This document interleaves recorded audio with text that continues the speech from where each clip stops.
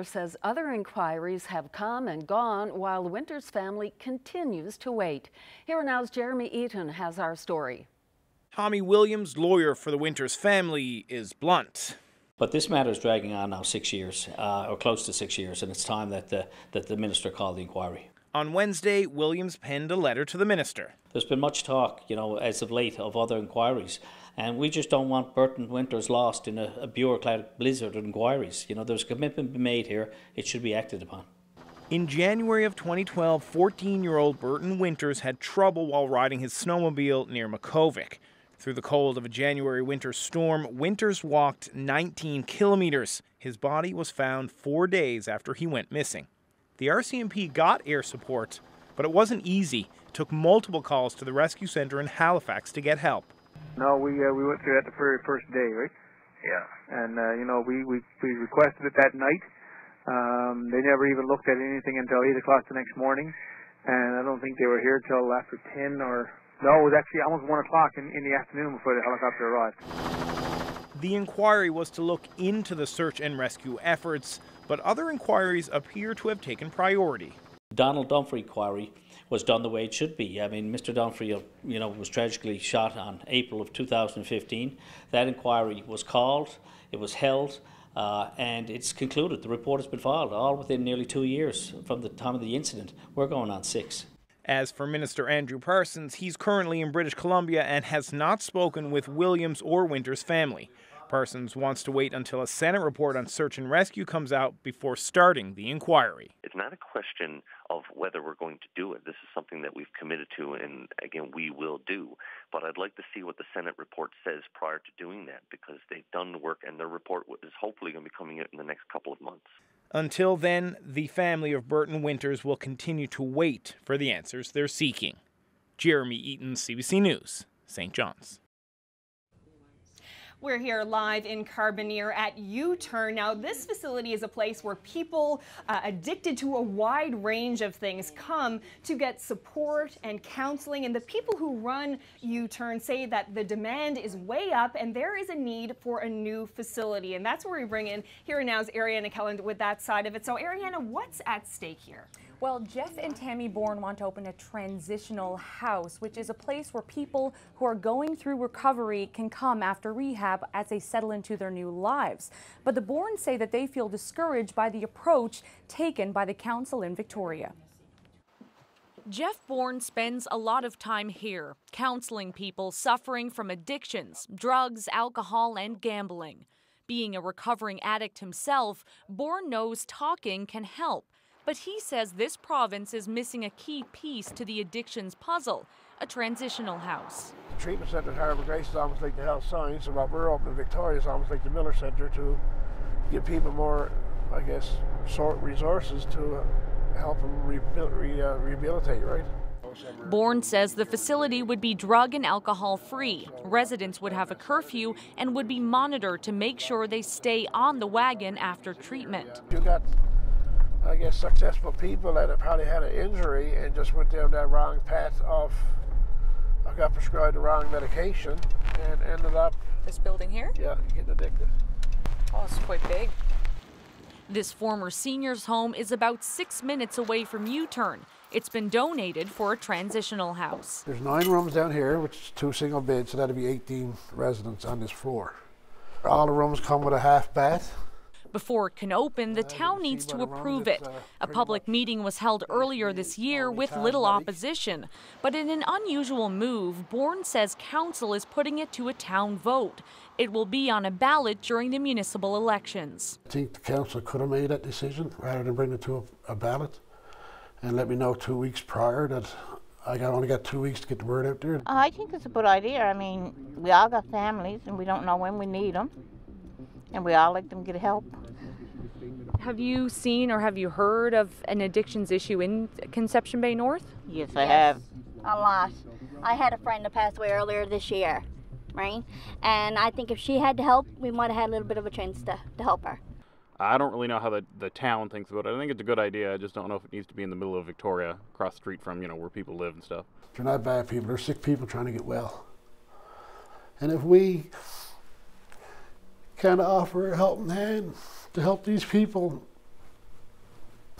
get their lives back. What are we as human beings in society?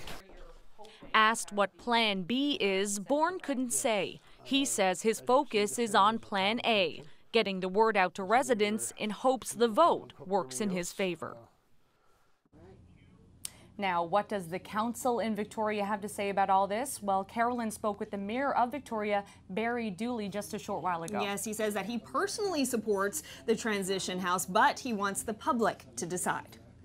After numerous meetings and public consultations in the town of Victoria, we've had several consultations with the general public and invited them to come and have opinions. We had discussion with the U-turn president, and we as council, still as 7 people, could not come to a consensus on which way to vote for this. So, as a council, we are not saying we are for or against. We just could not come to a general consensus among 7 councillors. And from the beginning, I think this has been a public issue. It has been brought to the public right from the forefront. And when council came to a meeting on the 29th of August, we had a special meeting, public meeting for the councillors to get together, and we decided then that I think the only way that we could solve this would be to go to a public plebiscite. Do you support the project?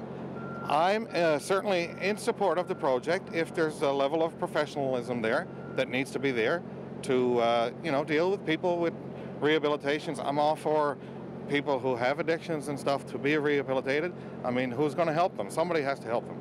If they need the help, they have to have a place to go. There's no quarrel with that. But I would like to see at least a level of professionalism there in regards to staff and outsources that the residents and I guess, for the want of a better word, the addicts and rehabilitated addicts that are coming there to get the proper help they need. So the professionalism is a big factor with me, personally, and the council as well. So as long as that's there and everything is in order, I can't see a problem with the centre itself. But there's many concerns from residents, and there's a lot of residents who are still yet uninformed because they probably never took the time to come to our consultations. Now, the mayor also says that he's encouraging U-turn to get out in the public and basically promote their project to campaign essentially before the next election so that people really know what they're voting for. And there are 1,400 people in Victoria, and they'll go to the polls in 2 weeks. Yes, and coming up in just under 30 minutes, we will speak with Tammy Bourne, who is the co-founder of U-turn, about the project and her hopes for the future. But right now, it's back to you, Debbie, in the studio. Thanks once again, Carolyn and Ariana. Well, Ray Newman, who was acquitted in the death of his estranged wife, Chrissy Predham Newman, more than a decade ago, was back in court today on new charges. Newman was charged with assault and unlawfully attempting to choke a woman in an alleged incident in Paradise 12 days ago. He was released until his next court appearance in October. In 2007, Newman was charged with second-degree murder after the death of his wife. Predham Newman's body was found in her basement apartment in the Airport Heights neighborhood of St. John's. He was acquitted of the charges 5 years ago. Some schools in Grand Falls, Windsor went into lockdown today after police received an anonymous tip about a dangerous man in the area. The tipster said there was a suspicious man near Sprucewood Academy with firearms and said he may hurt someone. The school went into a secure mode while officers patrolled the area. Neighboring Forest Park Primary gave parents the option to pick up their children early, but police said there was no threat to student safety. A suspect has not been identified. A man from Maine drowned yesterday afternoon. The RCMP say the 32-year-old was not wearing a life jacket when he fell out of a boat and into the water near Natwashish. Another passenger pulled the man back into the boat but wasn't able to save him. No one in the boat was wearing life jackets, and police also say alcohol likely played a role in the drowning. A woman from North River has started a petition. She's pushing to get passing lanes on Veterans Memorial Highway. Pauline Quinlan calls it veterans roulette and says Monday's collision that claimed the lives of 3 people was the final straw. The province says there have been 200 collisions on Veterans Memorial Highway in the last 4 years. Quinlan herself was a victim of a serious collision last year.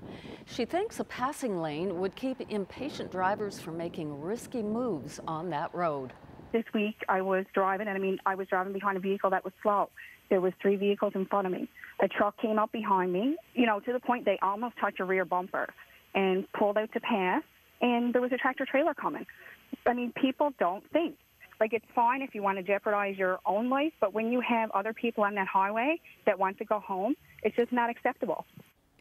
So far, more than 5,500 people have signed Quinlan's petition, and it seems her concerns are justified. Today, government released data collected last spring on Veterans Memorial Highway. The report collected stats on collisions, highway speeds, and traffic volume. Traffic counts saw between 6,000 and 9,000 drivers on Veterans Memorial every day.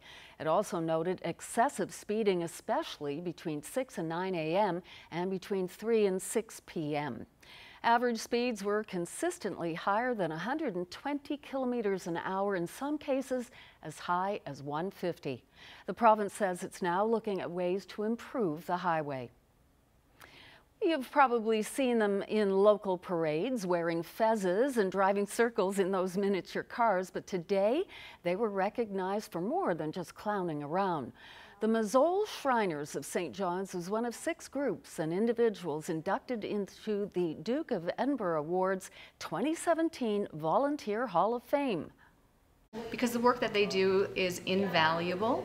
There are thousands of hours of volunteer work that contributes to the very fabric of our society. We are all dedicated to raising funds to get children from Newfoundland the kind of care that they can avail of in Montreal, Boston, Philadelphia, places like that. We have 22 hospitals across North America. Right now, we have a group of around 20 patients here in Newfoundland who are back and forth to Montreal, to Boston to receive care. Great recognition there. Quick look at your forecast and your weather on the way headlines. Well, it's late summer, early fall, really setting up again for tomorrow morning. Morning sweaters, afternoon t-shirts as we have a bit of a cool start, but certainly t-shirts by tomorrow afternoon as temperatures warm into the high teens across most of the province. Don't forget those sunglasses. It will be once again a very nice day sunshine wise. Now as we roll towards the weekend, some showers certainly in the mix, and that will be different depending on where you are. Quick look at the next 3 days shows those showers chances at least on Saturday through southern Labrador for Labrador City and Happy Valley Goose Bay. For the island, it's western and central Newfoundland seeing those showers move in through the day on Saturday. Eastern Newfoundland not until late day Saturday, but some lingering showers and some cooler temperatures on the menu for Sunday. We're going to have a complete look at your weekend forecast and break down the timeline for you coming up in full detail a little later on. Debbie? It's a tough week for the RCMP in this province. A colleague and well-known police officer committed suicide. Up next, a fellow officer opens up about his death and PTSD.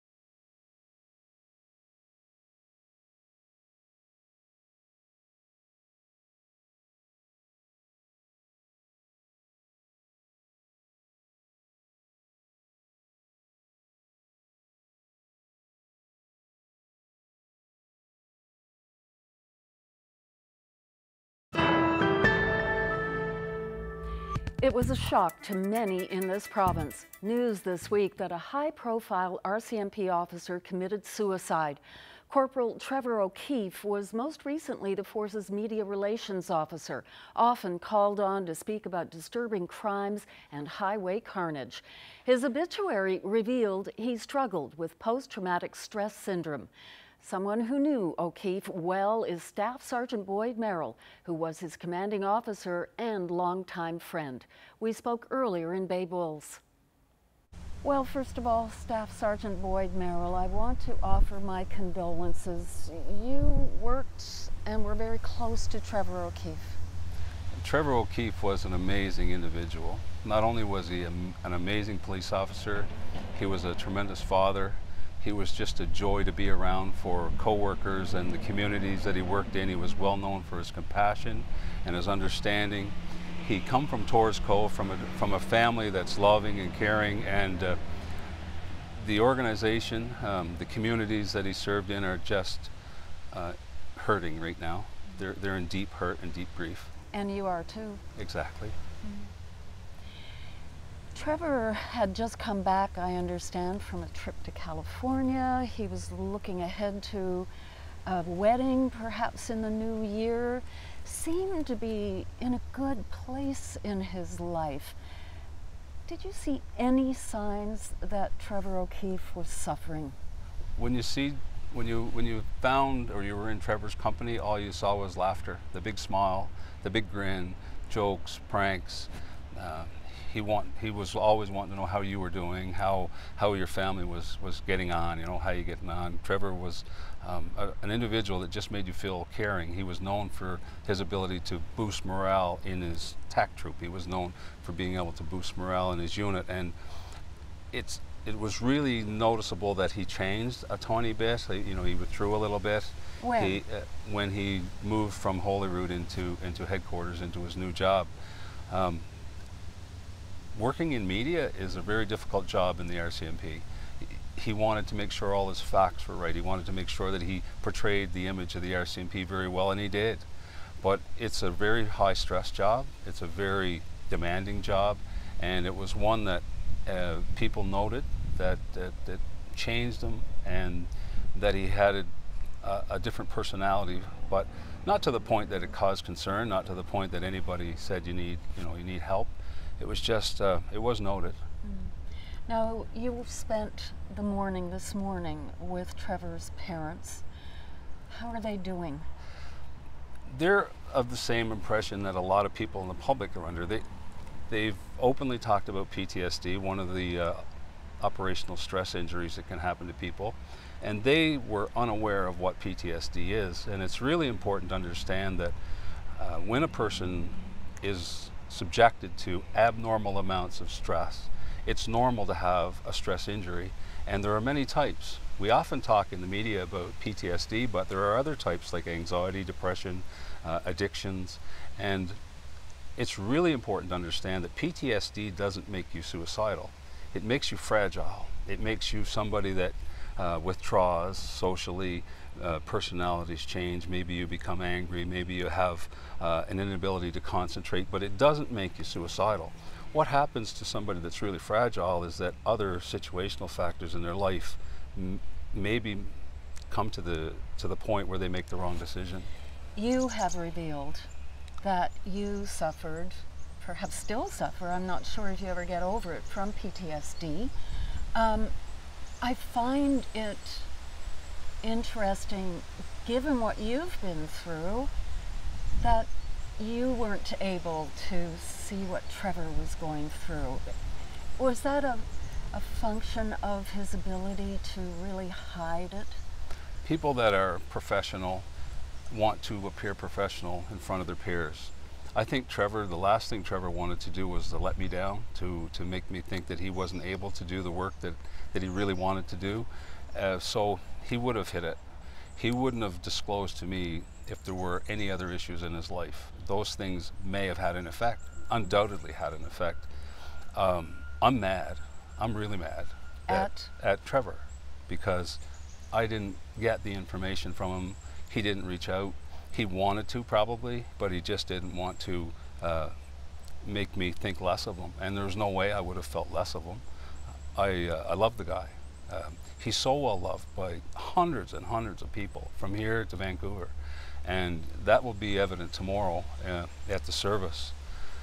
I wished I would have saw the turmoil that was ongoing, but I've seen this so many times that it's impossible. We've really tried to educate our members. We've got a mental health strategy to allow them to understand what's going on if they find themselves injured. We have services available, and Trevor was taking avail of some of those services. Trevor never died of a broken heart. He died because he had a heart that was too big.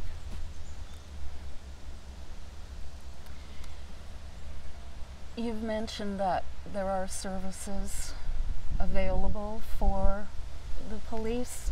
Is it enough, Boyd? It worked for me. It's working for me.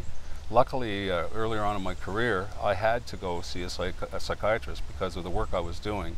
And I became accustomed to going in and getting my back fixed when it was broke and going seeing about my noggin when it was hurting. And so going to the psychologist later on wasn't a new thing to me. The stigma that is still surrounding mental health issues, do you feel that that is being broken down within the RCMP? It is, and unfortunately Trevor's death is going to open the dialogue tremendously. We're going to have repercussions from this that are going to save people for sure. Right now, other members are very much at risk of having injuries, or their injuries getting worse, because the death of a loved one or the death of a close friend or a coworker is a huge trigger for people. And unfortunately, we have to watch out for our coworkers right now. And you have to take care of yourself. Yes, and I'm doing those things. I'm drawing on every coping skill and resiliency skill that I have. But I draw strength from my coworkers. I draw strength from people who email me and talk to me and say, thanks for talking about this. Thanks for being open about this, because it helped me. And there are hundreds more in the Mounted Police like me. And there's going to be hundreds more. People are going to see this interview and say, I need to go see somebody right now. I want to get these thoughts processed through my brain and get them put away so that I can be a better father, be a better husband, be a better pet owner. PTSD is really weird. It makes you a tremendous police officer because you never shut off. You actually become a police officer 24 hours a day. The organization benefits from PTSD in a really weird way because those people become workaholics. And when you go home, you can't shut it off. You're numb to everything except for work. So your spouse is usually the person that notices the change in you first, and they're usually the ones that notify you that you have an injury. Sometimes that doesn't get recognized. Boyd Merrill, on Friday you're going to walk through these doors. This is where Trevor O'Keefe's funeral is going to be. You're going to be there with a lot of people. What do you hope at the end of the day this terrible tragedy will mean? I think that we need to celebrate Trevor's life. I think we need to recognize that we're all subject to injury, and we all have to look after each other even more. No one is immune to this. No one. Neither first responders, people in the media. You are subject to vicarious trauma through covering the stories that you do. You're at risk.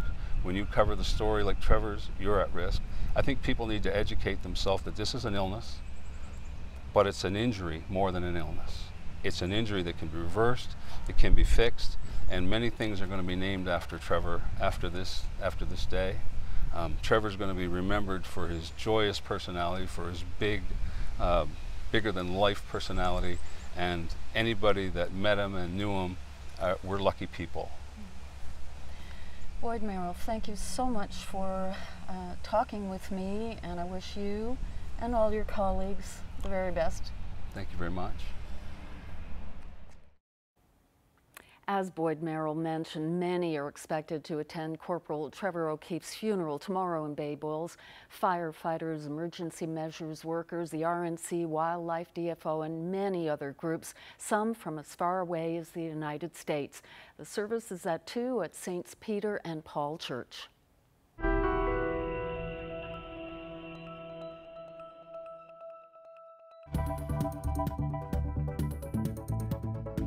You got your t-shirts over here, beer tickets here, you've got food here, brisket by the Jewish Deli, tacos by Sol Azteca, and that's just the porch. Wait till we take you inside the Iceberg Alley Performance Tent. This is cool, folks, and it's coming up right after the break.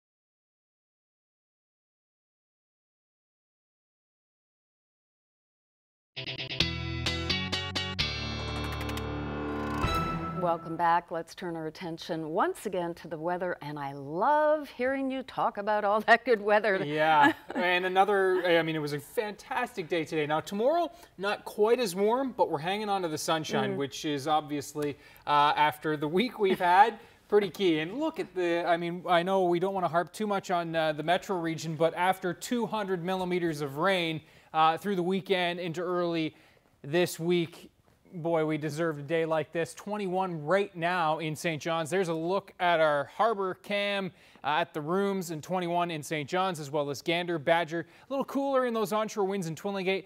Corner Brook at 19 degrees. Happy Valley Goose Bay still at 14, and Labrador City sitting at 9 degrees. Again, not quite as warm there. And that air mass that's moving into Labrador, Western Newfoundland, that's what pushes in central and eastern Newfoundland. As I mentioned, just a bit of a temperature dip for tomorrow as those winds go from what you're seeing there now, west-southwesterlies to west-northwesterlies for tomorrow. Just a little bit of cloud cover bubbling up. Doesn't look like we've seen much in the way. Maybe a very isolated shower over the interior, but nothing too much to speak of. Into Labrador, it's been, a pretty nice day. Couple of showers sailing through the northern sections of the Big Land, but overall it has been pretty nice. Watching this frontal boundary off to the north, and it will be moving through Labrador and then into Newfoundland as we roll into the weekend time period, but it's going to take some time to get there. Again, pretty quiet through Labrador tonight. By the time we get to Friday morning, it's smooth sailing across the island, so you won't have to worry about putting any rain jackets on the kids. Sweater weather to start, 4 to as warm as 10, even 12 degrees. Again, it's inland and low-lying areas of central that will get into those mid to even low single digits with a slight risk of frost, places like Badger. 4 degrees in Lab West as well, generally 7, 8, 9 degrees across Labrador. Now watch throughout the day tomorrow. It's another beautiful day on the island. Those west-northwesterlies, again, keeping us a bit cooler, a bit of high cloud cover into the afternoon and evening hours for the west coast and northern peninsula. And we are watching that system starting to approach in Labrador as well. Again, we'll break down that forecast coming up in just a couple of minutes with your complete long-range details. There's 11 degrees for tomorrow morning to start. Sunrise and with a few morning fog patches, but as we work throughout the morning, those will burn off quickly. Just 18 degrees tomorrow. Again, bit of a setback from the 22 degrees we had today, but still not half bad for this time of year. A few clouds into tomorrow evening and your Friday evening looking lovely as well. Temperatures ranging from 14 to 15 on the northern peninsula. Twillingate, Bonavista Vista tomorrow, right in those onshore winds. Placentia as well, 18, 19 degrees for inland areas tomorrow, anywhere from the west coast to the Avalon. Across Labrador tomorrow, 11, 12, 13 degrees along the north coast. Should get to the mid-teens for the south coast, and we'll be flirting again with the double digits in the west. Don't go anywhere. We'll break down that weekend timeline. Saturday showers moving in from west to east, but clearing out for Sunday, but a little bit cooler. And of course, an update on that tropical storm now, Jose. That's still ahead. Debbie? Thanks, Ryan. Well, all summer long, there's been a big blue tent under construction near Kitty Bitty Lake. From the outside, it looks pretty plain, but inside, it's a whole other story. They're calling it the Iceberg Alley Performance Tent, and it will be home to 12 concerts over the next 2 weeks.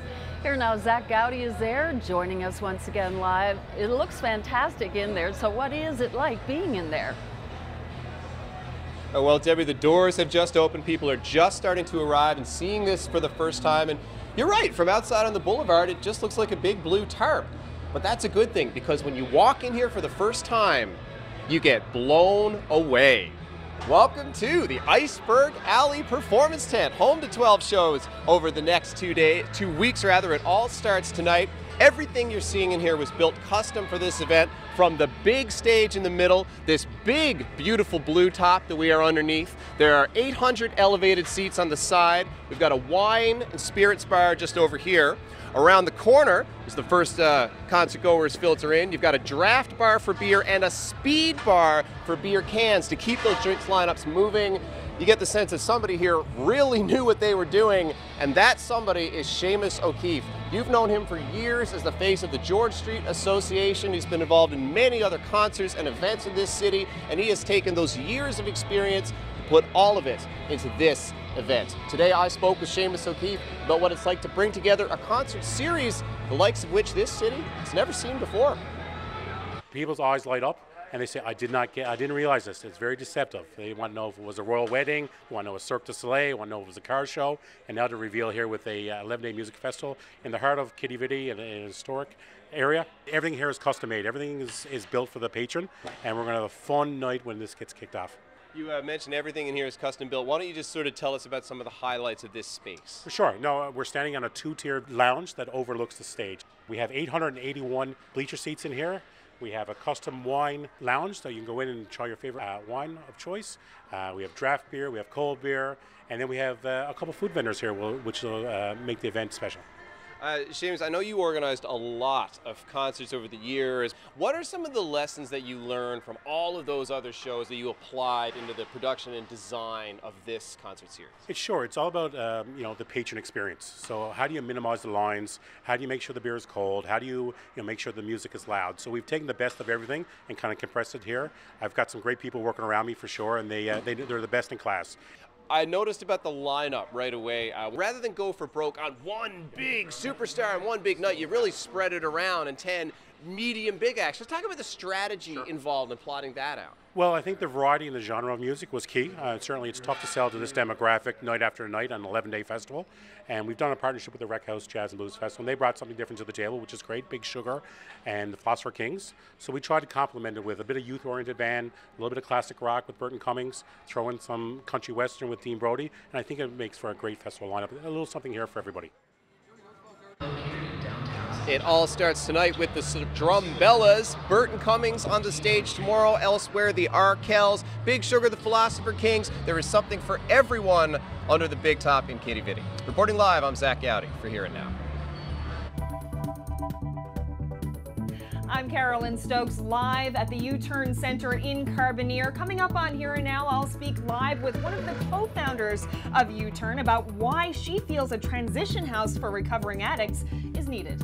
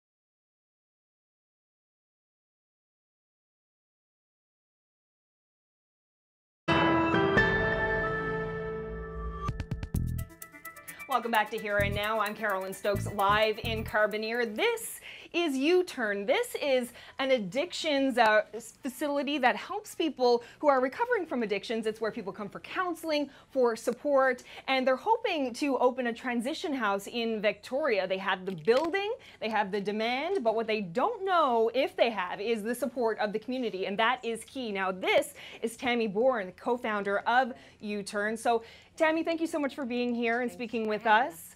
So tell me, why is a transition house needed in Victoria?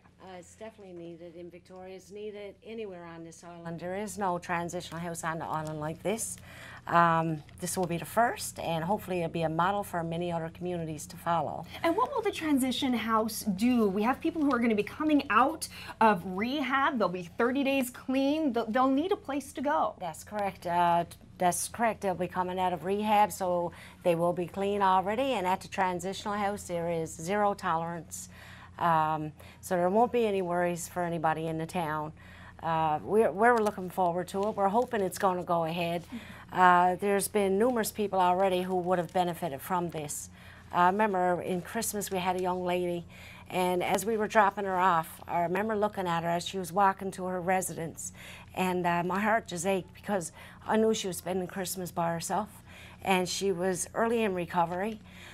Unfortunately, that was the last time that we spoke. It was only within a couple of weeks that she's no longer with us. And it's because a lot of these people, when they come out of rehab, you know, they make the effort to recover, but then when they come out, they don't have anywhere to go. They end up going back into their original environments, those places with all of the triggers that got them into trouble in the first place. There was a gentleman who left a Grace Center not even a month ago and went down in the woods and set up a tent because he did not want to go back to his hometown. And this is happening more than people ever know. They're looking for friends to help them, like maybe sleep on their couch. Yes. Now this decision falls in the hands of the public now. What do you think about that?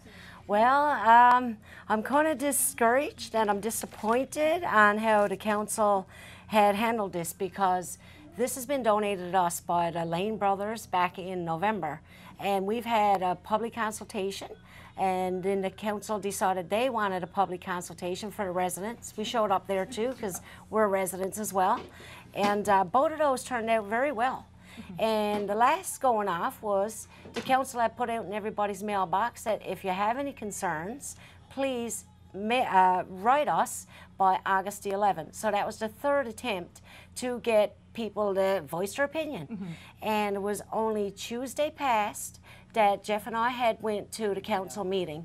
During that council meeting, we were told that there was only 6 concerns in the town. There is 1,600 eligible voters in that town. Right. So you're hoping that you will get the support. And you know, what do you want people to know about you personally? Because this is a labor of love for you. This is something that hits close to your heart. Can you tell us why? Sure. Well, U-Turn has been open for 6 years. About 11 years ago, my husband and myself started recovery, and our friends started coming to our house. Their friends started coming to our house to ask, how did you do it?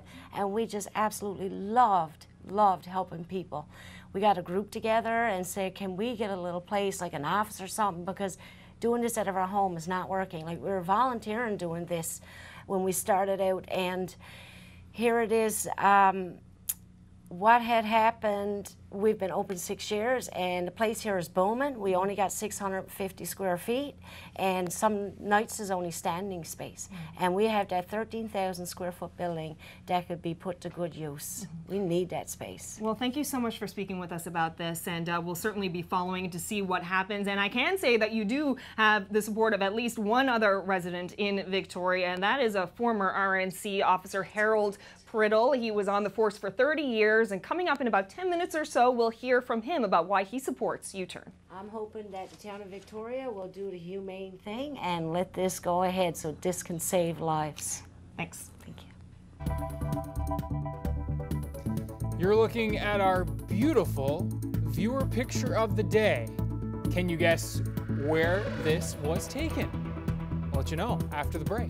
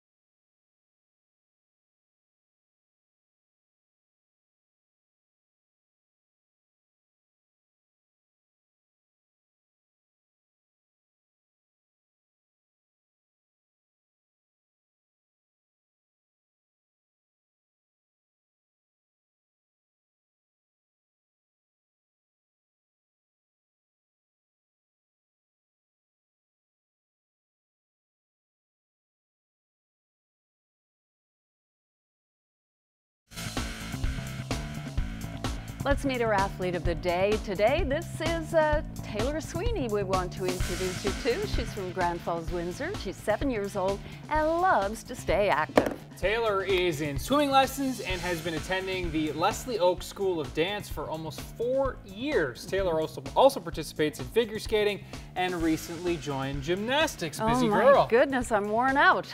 Congratulations, Taylor. You are our young athlete of the day. You've been there. I can only imagine what the odometer looks like on these kids' parents' vehicles. Hockey tournaments, baseball tournaments, soccer. Throw in some music and oh my goodness. Yeah.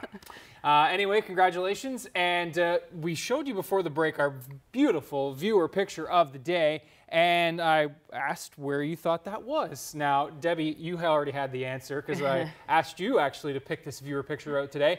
Beautiful open hall. It is. It's a bittersweet picture. A lot of them around though. And it speaks to me. Definitely. So this is an old house that obviously has been abandoned, but boy, it's just some beauty in the eye of the beholder right there. And thanks to Sheila for forwarding that on. From beautiful Open Hall, Bonavista Bay. Way to the south of Open Hall, Bonavista Bay lies now Tropical Storm Jose. It has been downgraded from a hurricane when we last talked 24 hours ago, and still packing some pretty strong gusts though. So where is Jose going to go? Well, that is really still the million-dollar question. Pretty good consensus that it wanders westward over the next day or so and then starts to hook to the north this weekend. Watch your timeline here. Beyond early next week, look how wide that National Hurricane Center track cone is. This is the cone of uncertainty. So even uncertainty in the next 5 days. Beyond that, even more uncertainty. It could certainly be in the mix for Newfoundland next week, but it may be a storm that stays offshore and lots of possibilities there. So tons of uncertainty, and just know that I'm still keeping an eye on it as we roll over the next few days. There is the weather maker that for sure will be tracking into our neck of the woods, which is this front that's going to take its time moving in, but we'll start to build in for the weekend. Friday is looking like another lovely day. Temperatures 16 to 18, even 19 degrees across the island, 10 to as warm as 15 across Labrador. And really no precipitation chances for anybody tomorrow. It's going to be a nice day indeed. Now, Friday night in through Saturday morning, this is when the front starts to move through. It's isolated shower chances, Labrador City to Happy Valley Goose Bay, but more so for Cartwright and then especially the Straits, the Northern Peninsula. Watch your timeline here. This is Saturday morning. I think we're dry early on for Corner Brook, but certainly the rain builds in through the morning. Saturday afternoon, we're still dry, I think, for Bonavista Bay and areas to the southeast, including the Avalon and the Burin. And then that rain will push through into the Saturday evening and overnight time period. So again, we'll be warmer ahead of that rain. 16, 17 degrees, cooler with that rain arriving earlier, places like Corner Brook, central Newfoundland, and then some clearing skies in behind for Labrador through the day. So the timeline goes like this for Saturday night into Sunday morning. A lingering chance of a morning shower for the Avalon and the Burin. Then we're clearing out, but note the wind direction here. Those arrows coming in from the north, that will be a cool wind for sure setting up on Sunday. So highs just near 12 degrees, St. John's to Bonavista, and warming up as you work your way towards the south coast and inland areas that will be shielded from that northerly wind. So keep that in mind. Monday, Tuesday, also looking fine. Wednesday into Thursday, perhaps some unsettled weather, and again, a lot of uncertainty for mid next week, and that is tied to what will happen with Jose. So keep your eye on the forecast, and as we take a look at the next 4 days, again, really looking solid in Labrador, turning unsettled early to mid next week. Okay, Ryan, we're going to go back to Kitty Vitty Lake where the doors are open at the Iceberg Alley Performance Tent. That's, of course, where our Zach is. Shaping up down there, Zach. Right here. I'm right here.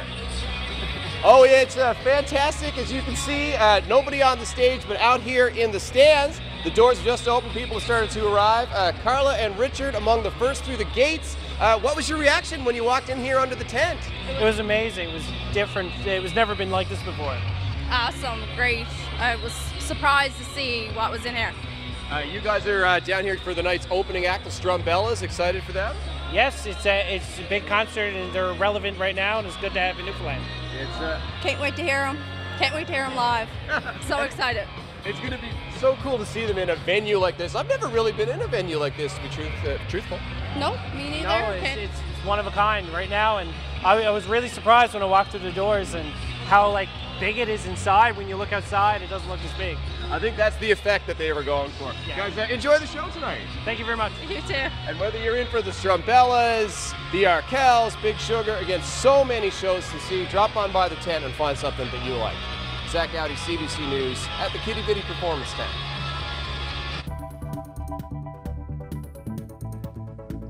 Coming up, a former RNC officer and resident of Victoria talks about why he supports a proposed transition house in his community.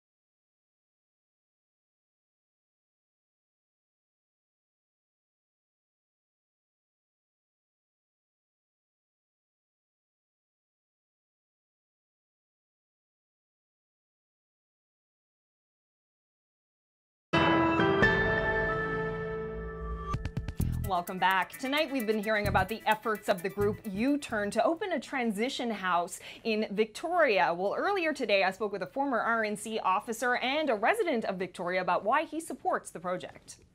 All I say that the people who vote on this plebiscite on election day, I asked them to get the facts before they mark their X. In other words, find out what this is all about and what they're voting for.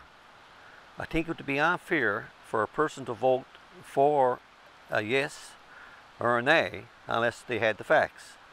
So if you don't have the facts, I say don't vote at all, because it's not fair. I think that people that got this proposal deserves a chance and a hearing, and I think that the people that is against this, of course, deserves to be heard as well. But as was said in the social media, 1,600 letters went out to the community. They had 6 concerns. So I think that pretty well proves it to me. And people got to remember that those people come from all walks of life. They come from the rich, they come from the poor, they come from people that is educated. They could be from doctors or lawyers, or my son, or my grandson. So it's not just one class of people. Drug problem and alcohol abuse is a problem in society. And we as citizens must do our utmost to help people in need. What would be the main considerations, do you think, that people should keep in mind when they're deciding how to vote on this? Just remember, it could be your son or your grandson or your daughter could need that facility sometime. And how would you feel if you had to drive 600 kilometers from here or another province to visit in. You know, because it could happen to anyone. So I mean, it would be an asset here in the northeastern Avalon that we would have a facility such as this that can be used by the people in this area, which is the most populated, with the city of St. John's next door. You know, and it is a controlled atmosphere there. I mean, they got the rules, which that people got to be 30 days sober, and you got to go through an order. You just can't walk in off the street. There's a process that I had no problem with. You know, security at the building. So there's a number of things, and all this information is available if people want to call Jeffrey Bourne or the committee that's involved with this. So pick up the phone, get the information before you vote. So that's one vote in support, but the rest of the residents in Victoria will decide on the future of the U-Turn Transition House during the election on September 26th. Back to you, Debbie. Thanks so much, Carolyn. And that is our program for this evening. We'll see you all tomorrow. Have a great night.